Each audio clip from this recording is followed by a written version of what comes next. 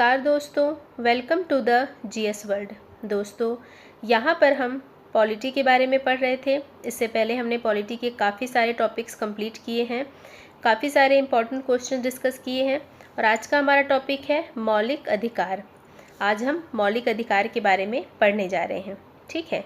तो चलिए फटाफट से अपने क्वेश्चन आंसर की तरफ स्किप करते हैं। तो आपका पहला प्रश्न है, संविधान के किस भाग को भारत का मैग्ना कार्टा कहा जाता है? तो यहाँ पर जो है हमारा सही उत्तर होगा ऑप्शन नंबर सी, भाग 3।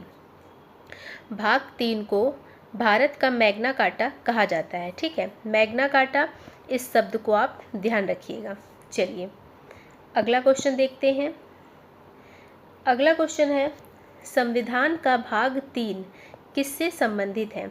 दोस्तों, जब भी भाग 3 आए तब भी आपके दिमाग में मौलिक अधिकार आ जाना चाहिए। सही उत्तर क्या है? ऑप्शन नंबर सी, मौलिक अधिकार, ठीक है। चलिए अगला प्रश्न देखते हैं। अगला प्रश्न है, संविधान में मौलिक अधिकारों से संबंधित अनुच्छेद कौन से हैं? मतलब हमारे कौन से आर्टिकल में मौलिक अधिकार का उल्लेख है? तो सही उत्तर होगा 12 से 35। आर्टिकल 12 से 35 के बीच में मौलिक अधिकारों का उल्लेख है, ठीक है। चलिए आगे बढ़ते हैं। तो अब आपका अगला प्रश्न है, भारतीय संविधान में कुल कितने मौलिक अधिकार हैं? बताइए दोस्तों, हमारे संविधान में कितने मौलिक अधिकार यानी फंडामेंटल राइट्स हैं, ठीक है।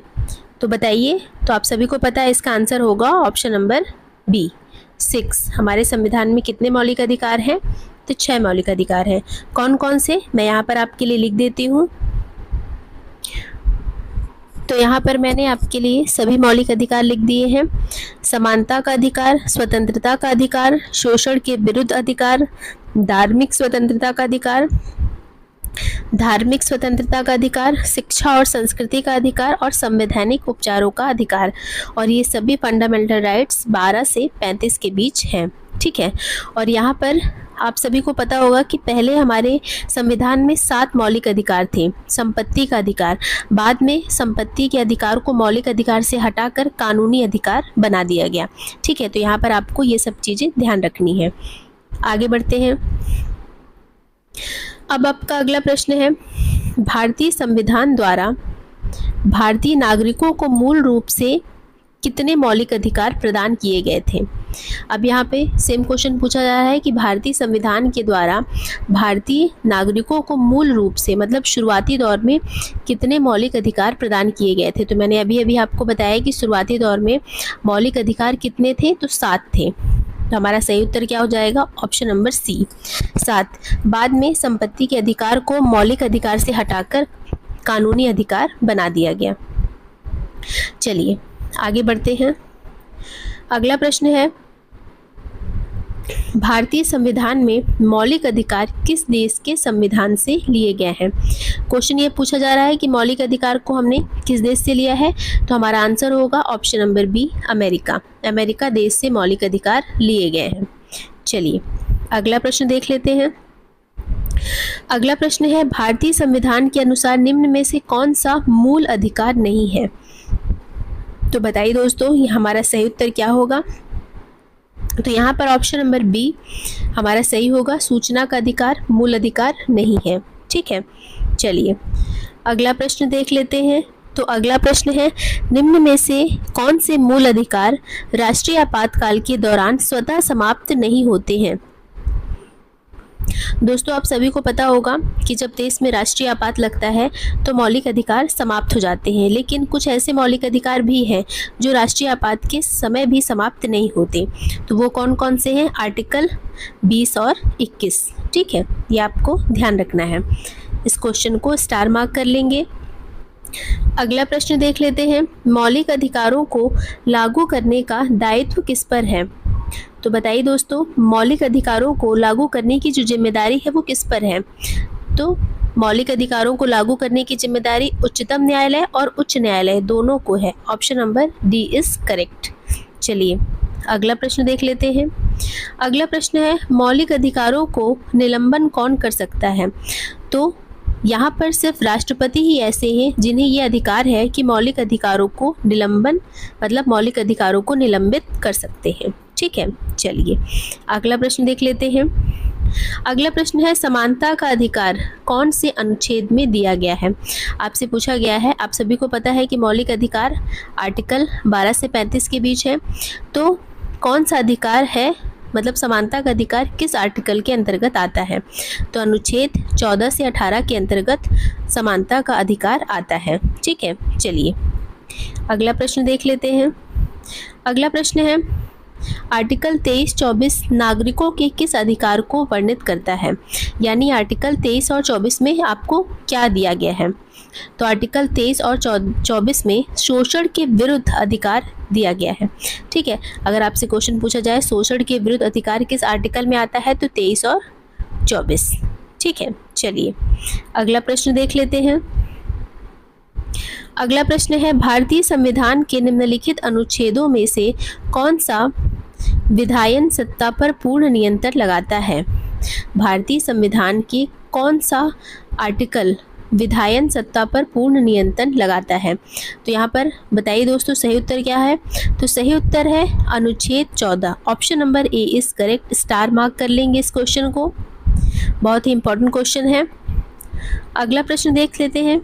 अगला प्रश्न है, भारतीय संविधान में नौकरियों का समान अवसर प्रदान किया गया है, ये वर्णित है, तो किस आर्टिकल के द्वारा है? मतलब हमारे संविधान में नौकरियों का समान अवसर वर्णित है, तो ये किस आर्टिकल में है? तो हमारा सही उत्तर है अनुच्छेद 16 द्वारा। आर्टिकल 16 के द्वारा नौकरियों का समान अवसर प्रत्येक नागरिक को प्राप्त है। ठीक है, चलिए अगला प्रश्न देख लेते हैं। अगला प्रश्न है, अनुच्छेद 19 कितने प्रकार की स्वतंत्रता की गारंटी देता है? तो अनुच्छेद 19 6 प्रकार की स्वतंत्रता की गारंटी देता है। ठीक है, कितने प्रकार की? 6 प्रकार की। अब ये 6 प्रकार कौन कौन से होते हैं, तो इसके बारे में हम मौलिक अधिकार वाले टॉपिक में डिटेल में पढ़ेंगे। ठीक है, चलिए आगे बढ़ते हैं। भारत के संविधान को निम्नलिखित में कौन सा अनुच्छेद प्रेस की स्वतंत्रता से संबंधित है? भारत के संविधान में प्रेस की स्वतंत्रता से संबंधित आर्टिकल कौन सा है? तो बताइए दोस्तों, सही उत्तर क्या होगा? तो इस क्वेश्चन को सबसे पहले तो आप स्टार मार्क करिए, बहुत ही इंपॉर्टेंट क्वेश्चन है। प्रेस की स्वतंत्रता किससे रिलेटेड है? आर्टिकल 19 से। आर्टिकल 19 ध्यान रखिएगा। अगला प्रश्न है, भारतीय संविधान का कौन सा अनुच्छेद व्यक्ति के विदेश यात्रा के अधिकार को संरक्षण प्रदान करता है? प्रत्येक व्यक्ति को अधिकार है कि वो विदेश यात्रा कर सकता है, तो कौन सा आर्टिकल ऐसा है जो व्यक्ति के विदेश यात्रा के अधिकार को संरक्षण प्रदान करता है? तो हमारा सही उत्तर है ऑप्शन नंबर सी 21। आर्टिकल 21 व्यक्ति के विदेश यात्रा को संरक्षण प्रदान करता है। चलिए अगला प्रश्न देख लेते हैं। तो अगला क्वेश्चन ये कह रहा है कि निम्नलिखित में से किस अनुच्छेद में कहा गया है कि किसी भी व्यक्ति को एक ही अपराध के लिए एक बार से अधिक अभियोजित और दंडित नहीं किया जाएगा? तो बताइए दोस्तों, इसका सही उत्तर क्या होगा कि किसी भी व्यक्ति को एक अपराध के लिए एक बार से ज़्यादा दंडित नहीं किया जाएगा? तो यहाँ पर जो है हमारा सही उत्तर है आर्टिकल 20, अनुच्छेद 20 के अनुसार। ठीक है, चलिए अगला प्रश्न देख लेते हैं। अगला प्रश्न है, 86वें संवैधानिक संशोधन अधिनियम के द्वारा शिक्षा का अधिकार मौलिक अधिकार में कब शामिल किया गया था? यहाँ पर एक बात साफ हो गई कि शिक्षा का अधिकार शुरुआत से मौलिक अधिकार नहीं था, उसे संशोधन के द्वारा मौलिक अधिकार में शामिल किया गया था। तो हमारा सही उत्तर क्या होगा? सही उत्तर है ऑप्शन नंबर डी 2002। 2002 में शिक्षा के अधिकार को मौलिक अधिकार में शामिल किया गया। किस संशोधन के तहत? तो 86वें संवैधानिक संशोधन के तहत। और कौन से आर्टिकल में? तो 21A में। ठीक है, तो यहाँ पर आपको कई चीज़ें ध्यान रखनी है कि शिक्षा का अधिकार शुरुआत से मौलिक अधिकार नहीं था, उसे 86वें संवैधानिक संशोधन के द्वारा मौलिक अधिकार में शामिल किया गया। कौन से आर्टिकल में? 21A में। और किस सन में शामिल किया गया? तो सन 2002 में। ठीक है, चलिए आगे बढ़ते हैं। अगला प्रश्न है, मौलिक अधिकारों के अंतर्गत कौन सा अनुच्छेद बच्चों के शोषण से संबंधित है? तो मौलिक अधिकारों के अंतर्गत कौन सा अनुच्छेद बच्चों के शोषण से संबंधित है? तो आर्टिकल 24। ठीक है, सही उत्तर होगा आर्टिकल 24। अगला क्वेश्चन देख लेते हैं। अगला प्रश्न है, भारतीय संविधान के किस अनुच्छेद में संवैधानिक उपचारों का अधिकार दिया गया है? तो मैंने आपको बताया है कि संवैधानिक उपचारों का अधिकार आर्टिकल 32 में दिया गया है। स्टार मार्क कर लेंगे इस क्वेश्चन को, संवैधानिक उपचारों का अधिकार आर्टिकल 32। अगला प्रश्न देख लेते हैं। तो अगला प्रश्न है, न्यायालय द्वारा कोर्ट के द्वारा सार्वजनिक अधिकारियों को जारी किए जाने वाले रिट को क्या नाम दिया गया है? ठीक है, यानी कि कोर्ट के द्वारा सार्वजनिक अधिकारियों को जारी किए जाने वाले रिट को क्या कहते हैं? तो उसे कहते हैं परमादेश। Option number B is correct. क्या कहते हैं? परमादेश। चलिए अगला प्रश्न देख लेते हैं। दोस्तों, मौलिक अधिकार के बारे में मैं आपके लिए एक अलग से वीडियो लेके आऊँगी जिसमें मौलिक अधिकार टॉपिक के बारे में कंप्लीट जानकारी हर एक आर्टिकल के बारे में आपको दी जाएगी। ठीक है, तो अगला प्रश्न है, किस मामले में सुप्रीम कोर्ट ने मूल संरचना की अवधारणा दी? तो किस मामले में? केशवानंद भारती मामला 1973। Option number B is correct. अगला प्रश्न है, संपत्ति के मूल अधिकार को किस संवैधानिक संशोधन अधिनियम द्वारा समाप्त किया गया? यह संपत्ति जो है, संपत्ति का अधिकार पहले मौलिक अधिकार था, इसे संशोधन के द्वारा मौलिक अधिकार से हटाकर कानूनी अधिकार बना दिया गया। तो कौन सा संवैधानिक संशोधन था? तो कौन सा था? 44वां संवैधानिक संशोधन। ध्यान रखिएगा दोस्तों इसे। और साल कौन सा था? 1978। 1978 में 44वें संविधान संशोधन के द्वारा संपत्ति के अधिकार को मूल अधिकार से कानूनी अधिकार बना दिया गया।